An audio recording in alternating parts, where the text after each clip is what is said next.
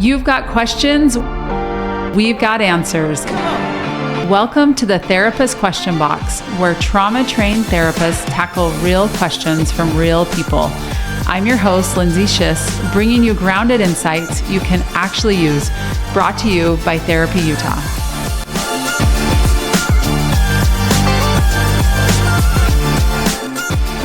Welcome back to another episode of the Therapist Question Box. We are here to answer your mental health questions. So write in, ask us, and let us know how we can help support you in your navigation of this world of mental health and relationship. Today I have with me Kelly King. Kelly, thanks for joining us. Yeah, I'm glad to be here. Kelly's a therapist here, and it's been a little bit since we've had you on the show, so I'm happy to have you back. Thanks. Yes. So today we're going to talk about children and how we support children when they're struggling. And we'll just launch right into the question. The question is, how do I support my child when they are experiencing prejudice or exclusion at school?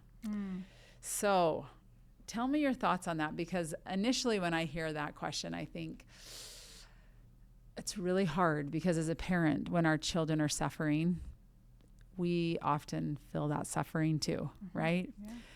So what would you say is your initial thought? How do we support our children that are struggling? I think it's such a great question. And I immediately think about there's two sides of the equation, right? Parents need support in this and understanding, because it's so hard to want to watch or to have to watch your children suffer, and you have this expectation of like, I want to alleviate that suffering. I want to be a good parent. I care about my child. And so there's some stress involved there. But also it's really hard for a child, right, to learn and grow and experience this world and have stress and challenge and be hurt. So I think about both sides of it. And how both sides need support is where I initially go. Can I just say how important that is? I think sometimes parents just are like, it's not a me problem, it's my kids. Wait, but you're experiencing pain because your child has had this experience. And that's important too. So I love that you recognize that, because I think sometimes the parent, you're like, I should be fine. And then we don't show up well to our children because we're not fine. Right? Yeah. So getting support, not from the child, but support from somebody else that can help the parent, so the parent can then show up well for the child. I love that reminder. Okay, so recognizing there's two different avenues of support, right? Yeah. So if that is the case, then if you're a parent, let's talk about parents getting support. How does a parent know they need support, first of all? I mean, I think all parents should be in a space of, I need help and support. I need community. I need to know that this is normal, what I'm feeling. I need to have, other people with wisdom to go to and turn to, or maybe if I'm, having therapy, then I can talk to my therapist about that. But I think what I've seen be really successful with my clients is if parents will be realistic about what is expected of them. Because I notice that when a parent has a child who's suffering, so the child is experiencing some kind of, they're being left out at school, or they're not invited to a birthday party, or they're not, maybe socially there's some deficits there and the parent's aware of that. And they really worry about their child, just feeling lonely or feeling less than. The parent feels this burden often that they have to fix it. And so many parents jump right to, I teach a 4-step pattern. I'm going to tell you in just a second. They jump to step 4 and we miss steps 1, 2, and 3. And if we'll follow these steps, the parent's in a much more regulated, supportive position. It lessens their burden. And the child really feels like, my parent gets me. I can handle this stress because I'm not alone. I love that. And and we'll go back to that 4-step process, but why do you think parents jump to the step 4? It's their own, I think for me, I think about my own kids, it's my own discomfort, right? Yeah. I'm not willing to sit and like, my child is suffering. That makes me really sad and scared. And so let me just solve it so I can solve my own pain. And I can miss something if I'm not willing to really tolerate that discomfort and stay with my child. If I just want to jump to, I've got to fix it right now. Yes. And that is hard to do. Yeah. It's so hard. It's so hard. I think it is, me as a parent as well. It is so hard to sit in that discomfort with them, because you're uncomfortable, right? And I think that's why we don't do a great job, even in society, of supporting people in their pain, because their pain, we feel it, right? We're empathetic people. We're beings that feel deeply. And so it's hard to sit with people in that discomfort. And it's the same principle, if not harder, with our own children. Yeah. Okay. So give us the 4-step process. Okay. So I always want parents to know the most important step is the first one, which is listen. Listen to your child. Okay. There is no substitute for this. Before, our brain's already running ahead with maybe how unfair they've been treated, or how we usually jump right to solving. I could talk to the teacher, or I'm going to call that kid's mom, or whatever. But we just need to be really grounded and take in the information that our child is giving to us. And we can do that in so many ways. If they're a young child, getting down on their level, right? Really making that genuine, loving eye contact, making sure we're not talking, that we're letting them talk to us, providing opportunities for that to happen. With my 3 sons, like, they would talk to me when we were engaged in an activity, not when if I went in and sat on their bed and be like, tell me about what's going on at school, I would not get anything. But we're in the front yard playing catch, and they are just running off at the mouth telling me all the things. And so really knowing your child, what invites them to talk. And so listen is step 1. I love that. Can I just, before we go to step 2, I think about that. I've read in a book that it's helpful to actually excuse me, sit next to your child. So it's like it's not sitting across from them, or, it doesn't feel interrogating, but sometimes in the car when you're sitting next to them, they don't feel like they're being interviewed, or when they're playing catch in the front yard, but doing something that doesn't feel like you are there just trying to get answers from them. They're more likely to open up. Yes. I love that. Yeah. Okay. Step 2. Okay. So listen and then believe, right? Believe what your child is telling you. I don't think we can state how important this is. Even if you have doubts or you're not sure that they're telling you, that communication of I believe you. In fact, I say that out loud to my children, and I coach parents to say that all the time. Whatever your child brings to you, those words are so healing. I want you to know I believe you. So listen and I believe you are probably the most important steps that we ever get to. Okay, as you're saying that, I'm thinking, is it hard? I mean, is it that parents don't believe their kids, or is it just that parents or kids don't know that parents actually believe them? When you say that, I think I don't know that I've ever used that term, like I believe you. Why is that necessary? Right. I think it just helps the child feel seen and understood and shows that you're paying attention. I think often, like when our kids come to us, we're like, yeah, but were you causing that? Or are you being dramatic? Or we kind of in our minds are a little bit doubting. Not always. Maybe every parent believes their child, but some parents struggle with that. Like, but really, is that the whole truth? Yeah. I mean, really. And I think, I'm like, but what was your part? Right. What was wrong with you? What didn't you think about? Instead of just like sitting with them and letting them explain what their experience was. Yeah. Yeah. I've coached many a parent. The only thing I want you to say is, I believe you, when your child brings you something. Oh, Kelly, I need your coaching apparently. Because I'm thinking I've never done that. And gosh, what a beautiful thing to feel believed. Like I think as an adult, I don't lack feeling believed. I actually, like the people I go to and I talk to about what's going on in my life, I know they believe me. But as a kid and as a teenager, you probably often wonder, do they believe me? Yeah. So to just say that, that's beautiful. Yeah, and I think sometimes it's that we don't take, kids or teens seriously. And so we don't really think they're lying, but we're a little bit eye-rolly sometimes with how they are bringing us their pain. And if we can just switch that and be like, we don't need to know all the details or context right now, but just communicate. I'm listening and I believe you. And I believe you feels validating. Like I believe you. That feels like, oh my gosh, then what I'm saying matters. Yeah. Yeah, that's cool. Great. Okay, number 3. Okay, number 3 is regulate, right? And that is yourself, but more your child. Like before you get into step 4 is going to be problem solving. We'll get there. But these other 3, right? The listen, the believe, and the regulate. Your nervous system and your presence can help that child to calm down. You don't need even to say calm down. Usually that's kind of dismissive for somebody, right?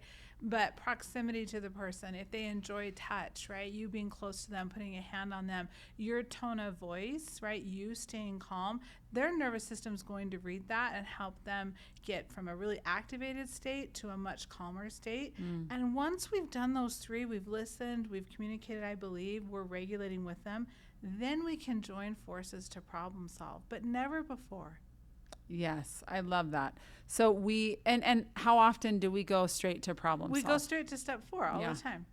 I'm thinking about my own experience this weekend. My 13-year-old went on a hike and he got lost. And the leader that he was with, the scout leader, was telling me about it and actually was quite upset about it. And I could see him getting teary as he was saying he was lost. And I kept thinking, I'm going to have to call you and this other mom.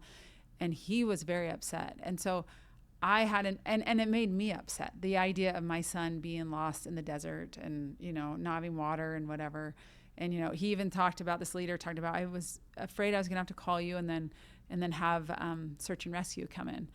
You hear that as a parent and it's really upsetting. And so I thought immediately in my mind, I've got to teach my son that he doesn't wander off, that he has to tell them where he's going and he can't go without water ever. And I immediately went to problem solving. I found it. And I wasn't talking to my son, but I could see my brain doing that. And then I actually also went to, gosh, I didn't even prepare him. I didn't do what I was supposed to do as a parent. I should have had a conversation with him. I should have sat down with him and told him, you don't wander off, you don't leave. And it's interesting because immediately I went to problem solving, right? I wasn't even in the experience with my son, but I was fearful. I was upset. I felt guilt. And so I was trying to manage my own experience with problem solving. So as you're saying that, I'm thinking, even as this leader was telling me, I honestly was going to problem solving immediately. Yeah, and I think we can work with our brains on that because our brains are problem-solving machines. Yes. And that is a good thing. So let's use that to our advantage. We want to get to problem-solving, but those first 3 steps are so important. And I hope we can all realize that they may have more weight or impact, most likely do, than the actual problem-solving. And what I love about this is it can reduce the parent burden of I have to solve all my kids' problems, because every parent can listen. Every parent can communicate, I believe you. Every parent can use their presence in their relationship to help a child regulate. And so it's so much more about that than we have to have the answers to these hard problems that we don't know how to solve. Isn't that actually liberating too? I mean, as a parent, I don't have to have all the answers. I can be present. I can be grounded, right? And so let's talk about this. If, my situation, I was talking to the leader, but if it's with the child and you start to feel dysregulated and you're in this conversation and you're trying to do step 1, I'm trying to listen. I'm trying to say, I believe you. But I'm really upset knowing you've been treated this way or knowing this has happened to you. What would you do when you're in the moment? Yeah. What I've learned with myself is I need to revisit it. I try not to act in that moment because I know that I'm activated. I think most parents, we have a mama bear or papa bear in us, and that can get really big, especially when we think our child has been treated unfairly and we want the fair police to come and regulate the world. Wouldn't that be nice? It would be really nice. But I think we can all learn, let's learn to react and respond from a place of regulation, from our wise mind, not in that moment. There are a lot of ways to express that mama bear love. And the other thing that I like to remind my clients is that children are resilient and have a capacity to tolerate stress, growth, challenge. We don't want to interfere with the natural lessons of life. It's going to prepare them for a successful adulthood. As parents, we think, I just want to wrap my kids in a bubble and make sure they're always invited, always included, always happy. That's not helpful for them. And some of that is our own work to trust in their capacity, right, to handle stress. And as we work on our own relationships with them, it's our relationship with them that buffers them from the stress. We don't need to have them avoid stress. It's not realistic. But we can attune to them. We can be present with them. We can walk alongside them or sit alongside them. And that is what helps them get through the stress. Isn't that interesting that it's not about jumping in and changing or policing or the fair police, as you called it, or coming in, but it's actually just sitting beside them and having a steady presence. Yeah. I love that reminder that it is not our job to take our obstacles away from our kids. It's actually what provides growth and resilience. And our job is not to manage them out of it, but it's to just be a guide and help them get through it. Totally. And something I try to always tell my children and encourage clients to tell theirs, we shouldn't make false promises to our kids, right? Like, I'm sure it's going to be fine. I'm sure she's going to invite you to the party. I'm sure that's not going to happen again, because both the child and ourselves, we know that we can't promise that. But there are things we can promise our children. We can promise them, one, you are going to get through this. That is a promise we can make every time. And two, you are not alone. And those promises are true and can be reinforced and repeated. And the child can feel a sense of, I can handle and tolerate this challenge or stress because, one, I know I'm going to get through it. My mom or dad told me, and I believe that. And two, I know I'm not alone. And, even as you say that, I think, oh, that's like balm to your soul. Like because again, when people are in, and we talk about kids in a situation, it's like you're looking for someone to be stable and to give you hope. And you saying you're going to get through this, you're not alone, is huge. I mean, and if, again, we can stay grounded. And I like that you said, when I'm not okay, I try to take a beat or take a step back. And I think it's okay to tell kids that. Like, hey, I'm actually feeling upset and activated, and I want to be able to be here with you and to be a steady presence.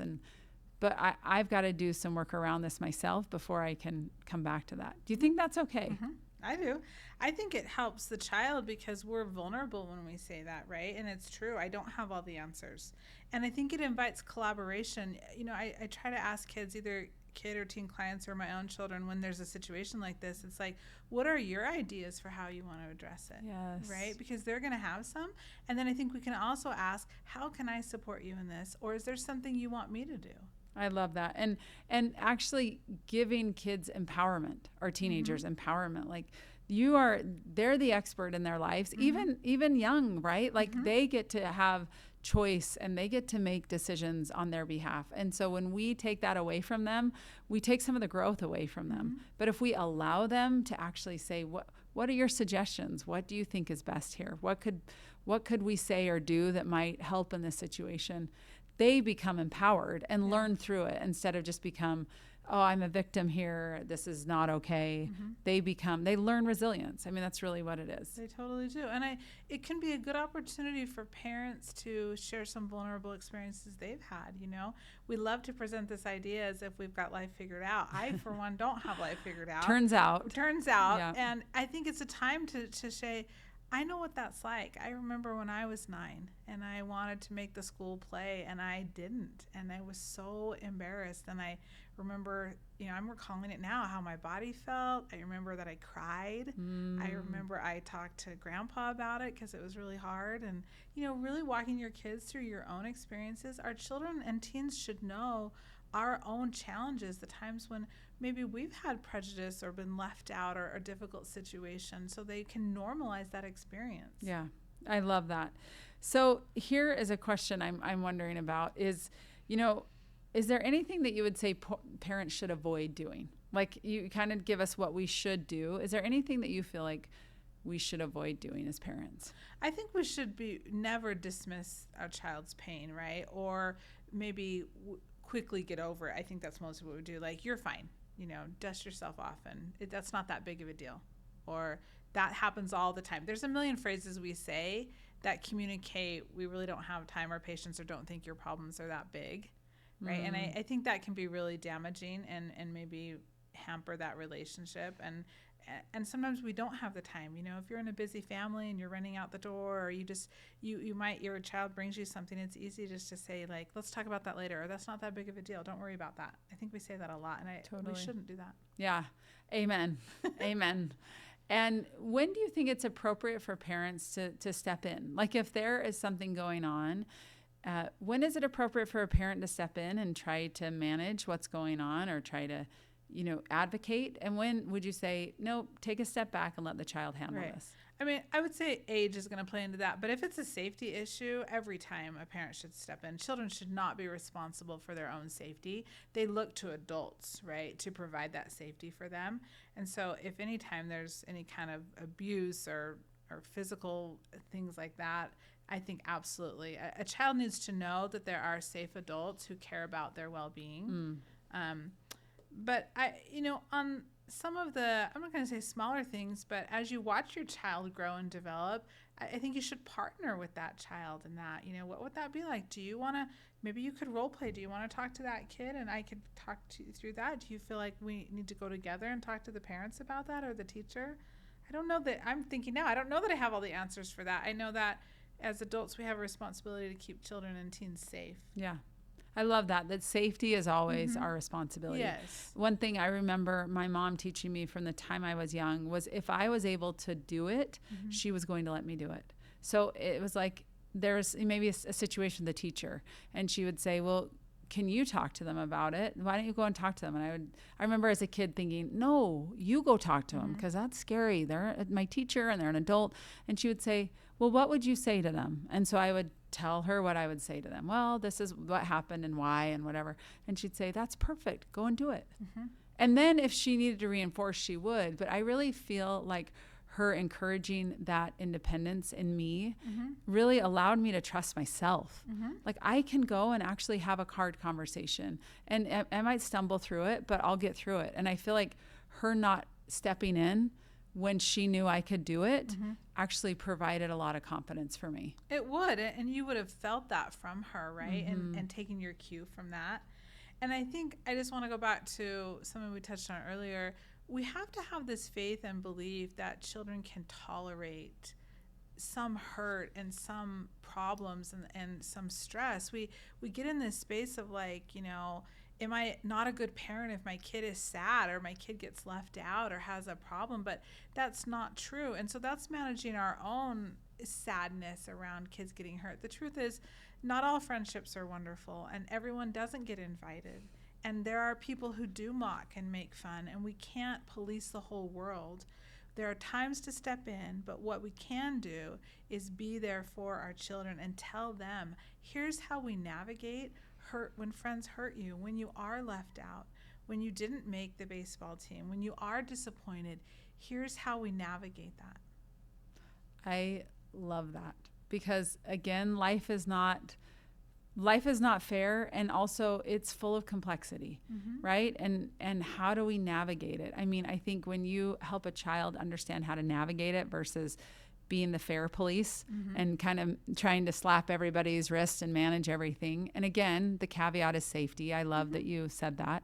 But gosh, that sets them up for a life of beautiful things, and as well as disappointments, as well as hard, as well as joy, and everything that life has to offer, instead of trying to insulate them in a way that keeps them feeling safe. And what I would also say is it's a way that keeps parents feeling safe, right? Because sometimes that discomfort of our children is, again, so uncomfortable for us that we don't know how to manage it. And so to recognize like, oh, maybe this is about me feeling uncomfortable with my child being uncomfortable, but to recognize then I need to get some support, and then I can support my child. It's like, it's the old oxygen mask adage, right? We've got to put our own on first, and then we can put our oxygen mask on our children. I love that. Kelly, I've loved this conversation. I've learned a lot. I'm like, those 4 steps, that's awesome. Is there anything that, in addition, that we haven't touched on that you feel like is important? I think I would just say that, again, that trust piece, there's a lot of research around the seemingly increase in anxiety disorders right now.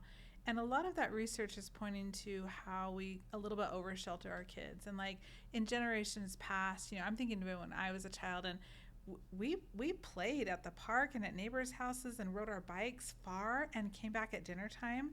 And there was a little more sense of freedom and exploration. And I could have gotten hurt. I don't remember doing that. But there was also a building of confidence, right? I did take some risks as a kid. Sometimes my parents didn't know where I was.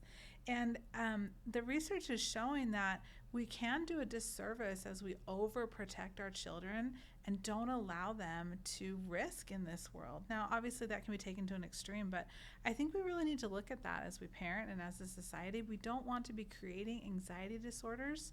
We do want to teach resilience and grit and how to navigate a wide variety of experiences and emotions in the world. I love that. Amen.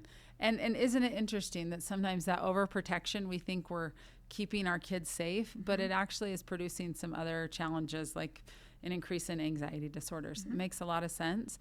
But again, it's like our what we think is helpful sometimes is actually doing the opposite. Yeah. Yeah, I love that. Well, thank you so much. I want to go through those the 4-step process. Number 1, listen to the child. Mm-hmm. Number 2, believe what they are saying and actually say the words, I believe you. Mm-hmm. Number 3, regulate. Regulate yourself. Mm-hmm. And then help regulate the child. It's the old oxygen mask, right? Mm-hmm. And then we problem solve. But be really careful not to jump right to problem solve, because sometimes that's where we want to go, right? Mm-hmm. And I love the reminder to not give false promises. But that what we can promise is that they are going to get through this and that they are not alone. Mm-hmm. And those are promises we can stand by. And then to recognize that sometimes our overprotection and trying to manage things actually does the opposite.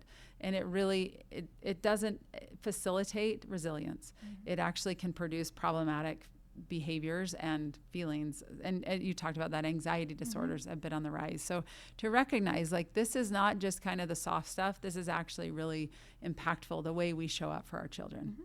So good. Kelly, thank you so much. I learned today, and I'm so grateful for your insight, and really believe that any parent that navigates, and as we all do, challenges that our kids are experiencing, that they can utilize these tips and tricks. So thank you so much for your insight. Really appreciate it. You're welcome. I hope that you all have listened and have found that this is beneficial to you, because again, whether you're a parent or you are a friend, or you have children in your lives, which most of us do, these are really helpful steps. So thank you again, Kelly. And thank you for joining us and allowing us to be a part of your life. We know your time is precious, and we recognize that and appreciate you. And until next time, take care. That's a wrap for today on the Therapist Question Box. I'm Lindsay Schiss. Thanks for listening. And remember, every question you ask is an opportunity to learn and grow. Brought to you by Therapy Utah. Hey, this is Kathy Kinghorn. I'm an owner at Therapy Utah. If you'd like to book with one of our trauma-trained therapists, go to www.therapyutah.org. Thanks for listening.